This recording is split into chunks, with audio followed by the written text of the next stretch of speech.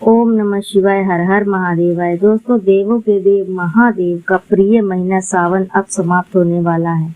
इस साल 4 जुलाई से शुरू हुआ सावन माह 31 अगस्त को समाप्त हो जाएगा और अधिक मास के चलते इस बार सावन 2 महीने का था, इसलिए इस माह में 8 सोमवार का संयोग भी बना था। वहीं सावन का 8वां सोमवार आखिरी सोमवार 28 अगस्त 2023 को है। दोस्तों, इस बार सावन का आखिरी सोमवार बेहद ही खास माना जा रहा है, क्योंकि इस दिन सावन पुत्रदा एकादशी सोमप्रदोष व्रत आयुष्मान योग्य संयोग बन रहा है। और इस दिन यदि आप ऐसे में आप घर में इस हिस्से पर दीपक जला देते हैं तो रात को सोने से पहले जला दे इस दिशा में दीपक, बस जलाकर छोड़ दें, रातों रात बन जाएंगे करोड़पति। मृत्युदंड, पितृदोष, महाकाल, सर्पदोष, शनि दोष, राहु दोष सब कुछ हो खत्म हो जाएगा।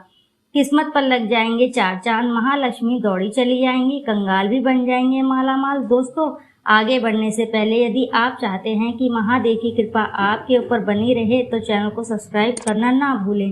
दोस्तों, आज हम आपको बताएंगे कि दीपक जलाने से कितने फायदे आपको अपने जीवन में मिलते हैं, किस प्रकार आपको दीपक जलाना चाहिए तथा कौन सी दिशा में दीपक जलाना चाहिए, जिससे आप अपने जीवन की सभी बाधाओं को खत्म कर सके और आपका जीवन कैसी भी स्थिति में हो तरक्की कर सके। दोस्तों, सबसे पहली बात आपको ध्यान में रखनी चाहिए कि रोजाना आपको अपने घर में, मंदिर में रोजाना ही दीपक जलाना चाहिए। कभी भी ऐसा ना होना चाहिए कि आपने दीपक नहीं जलाया हो, क्योंकि रोजाना दीपक जलाना बहुत ही जरूरी होता है। इसीलिए आपके घर में नेगेटिव एनर्जी घर के बाहर रहती है। दोस्तों, शाम का समय ऐसा होता है जिस समय नकारात्मक ऊर्जा बहुत ही प्रबल होती है और आपके घर में प्रवेश कर जाती है। ऐसे में अगर आपके घर में प्रवेश कर जाती है, यदि आप घर या घर के मंदिर में दीपक नहीं जलाते हैं तो नकारात्मक शक्तियाँ आपके घर में बहुत ज़्यादा परेशान करती हैं और आपके सभी कार्य बिगड़ने लगते हैं। दोस्तों, जिस समय सूरज डूबने लगता है उसी समय आपको ये नकारात्मक ऊर्जा बहुत ही ज़्यादा प्रबल हो जाती है। उसी समय आपका मुंह हाथ पैर धोकर दीपक जलाना चाहिए। यदि यह कार्य आप स्वयं नहीं कर सकते हैं तो कोई व्यक्ति ये कार्य आपके लिए कर सकता है। दोस्तों, जिस घर में बहुत सारे लोग बीमार रहते हैं या फिर बीमारी कभी भी ठीक नहीं होती है तो ये भी एक संकेत होता है कि आपके घर में नकारात्मक ऊर्जा का प्रभाव ज़्यादा है, जो परेशानियों को, मुसीबतों को बहुत ही ज़्यादा बढ़ा रही है। इन सभी चीज़ों को खत्म करने के लिए आपको अपने घर में जब भी सूरज ढल जाता है उस समय घी का दीपक या फिर सरसों का तेल या फिर तिल के तेल का दीपक पूर्व दिशा में जलाना चाहिए। परंतु रोजाना इन चीज़ों का करना भी जरूरी है, तभी आपको इसी का लाभ प्राप्त होगा। यदि आपके घर में धन से जुड़ी समस्याएं, नौकरी व्यवसाय से जुड़ी हुई कोई भी समस्या है, यदि ऐसी समस्या बहुत ही ज़्यादा होती हैं तो आपको अपने घर के उत्तर दिशा में रोजाना ही घी का दीपक जलाना चाहिए।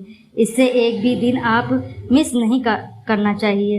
यदि आप रोजाना उत्तर दिशा में घी का दीपक जलाते हैं तो उससे आपकी धन से जुड़ी हुई समस्या खत्म हो जाती है।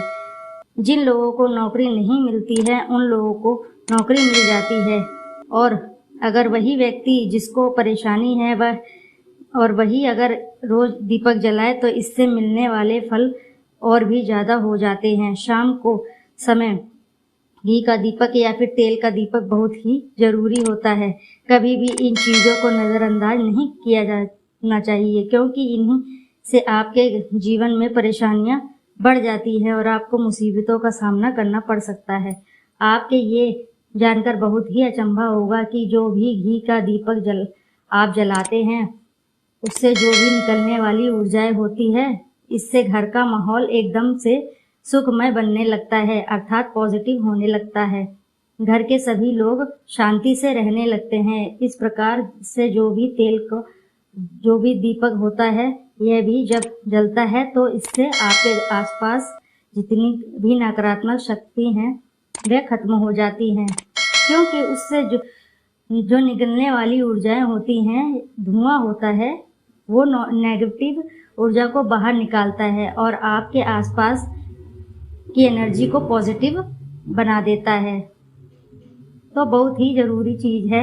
शाम के समय कभी भी आप इन चीज़ों को आप कभी भी मिस ना करें, तभी आप अपने जीवन में सफलता प्राप्त कर सकते हैं और इसी के साथ आप जितनी भी मनोकामनाएं हैं वह भी पूर्ण हो जाती हैं। दोस्तों, दीपक से जुड़े कुछ और उपाय जो हम आपको बताने जा रहे हैं, इस जानकारी को जान लेना आपके लिए बहुत ही बेहद जरूरी है। दोस्तों, दीपक के इस उपाय से दूर होता है राहु केतु के दोष। राहु केतु के दोष से मुक्ति के लिए सुबह शाम अलसी के तेल का दीपक जलाना बहुत ही शुभ माना जाता है। ऐसा करने से भाग्य कुंडली में राहु केतु दूर हो जाते हैं और जीवन में सकारात्मक ऊर्जा का संचार बन जाता है। इसी के साथ शनिवार को शनि मंदिर में सरसों के तेल का दीपक जलाने से शनि प्रकोप से मुक्ति मिलती है और शनिदेव आशीर्वाद देते हैं। घर की बरकत के लिए जलाए ऐसा दीपक धन संबंधी समस्याओं से मुक्ति के लिए माता लक्ष्मी के सामने हर रोज 7 मुखी यानी 7 बत्तियों वाला दीपक जलाना शुभ माना जाता है।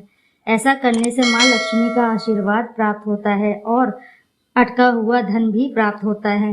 वह बुद्धि और ज्ञान में वृद्धि के लिए हर रोज माता सरस्वती के सामने 2 बत्तियों वाला दीपक जलाना चाहिए। वहीं दूसरी ओर गणेश जी के सामने 3 मुखी वाला दीपक जलाने से घर में बरकत आती है और इसी के साथ घर के बच्चों की बुद्धि का विकास भी होता है। उन्नति के लिए यहाँ जलाएं दीपक। आरोग्य व धन वृद्धि के लिए रसोई घर में जहाँ पानी रखते हैं वहाँ पर घी का दीपक जलाएं। ऐसा करने से नकारात्मक शक्ति से मुक्ति मिलती है और नौकरी और व्यापार में अच्छी उन्नति मिलती है। और इसी के साथ शाम को दरवाजे के दोनों ओर दीपक जलाने से घर में सुख समृद्धि बढ़ती है और आपसी सदस्यों में प्रेम बना रहता है।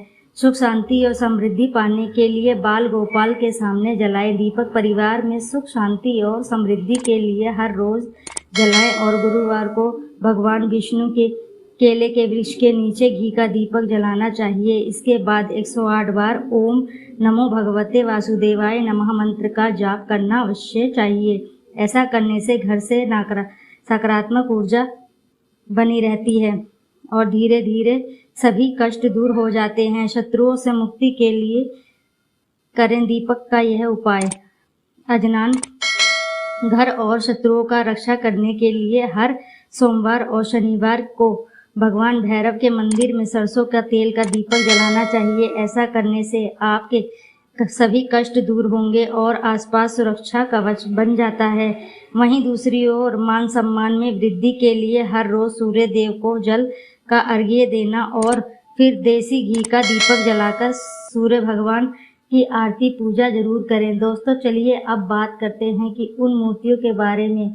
आखिर कौन सी 2 मूर्तियां हैं जो आपके एक साथ में रखनी चाहिए ताकि उसका सच्चा सर्व सुख आपको मिले। और सबसे पहले अगर हम किसी मूर्ति की बात करें तो दोस्तों, यदि आप भगवान श्री कृष्ण के भक्त हैं तो लड्डू गोपाल की मूर्ति रखते हैं, तब आपको भगवान श्री कृष्ण के साथ साथ माता रानी राधा जी का भी मूर्ति भी आपको अवश्य ही रखनी चाहिए। दोस्तों, यदि भगवान श्री कृष्ण यदि आपके घर में इनकी तस्वीर है तो उनके साथ राधा जी की भी संयुक्त जोड़े के रूप में रखनी चाहिए।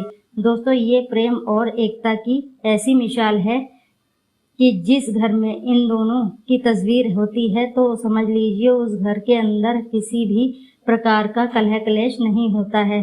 दोनों ही पति पत्नी और परिवारजनों के बीच आपस में प्रेम बना रहता है और घर के धन धान्य में वृद्धि होती है, आप में वृद्धि होती है। इसलिए यह बेहद जरूरी माना गया है कि यदि आप भी इन मूर्तियों को रखते हैं तो निश्चित तौर पर आपके जीवन में अपने आप ही फायदा प्राप्त हो जाएगा। माता लक्ष्मी जी की पूजा करते हैं तो वे सोचते हैं भगवान के साथ विष्णु जी की पूजा करें या ना करें, या फिर उनकी मूर्ति साथ में रखकर या ना रखें। दोस्तों, हमेशा भगवान श्री विष्णु की और माता लक्ष्मी की पूजा आपको एक साथ ही करनी चाहिए। दोस्तों, देव अधिदेव भगवान विष्णु देव और भगवान ब्रह्मा जी तीनों ही देवताओं का सर्वशक्ति माना जाता है और त्रिदेवों में भगवान विष्णु सर्वशक्तिमान विष्णु जी की पूजा की जाती है। तो यदि आप अपने घर के पूजा घर में लक्ष्मी नारायण जी की संयुक्त रूप में पूजा करते हैं तो निश्चित तौर पर आपके घर में दिन दुगनी रात चौगुनी वृद्धि होगी। तो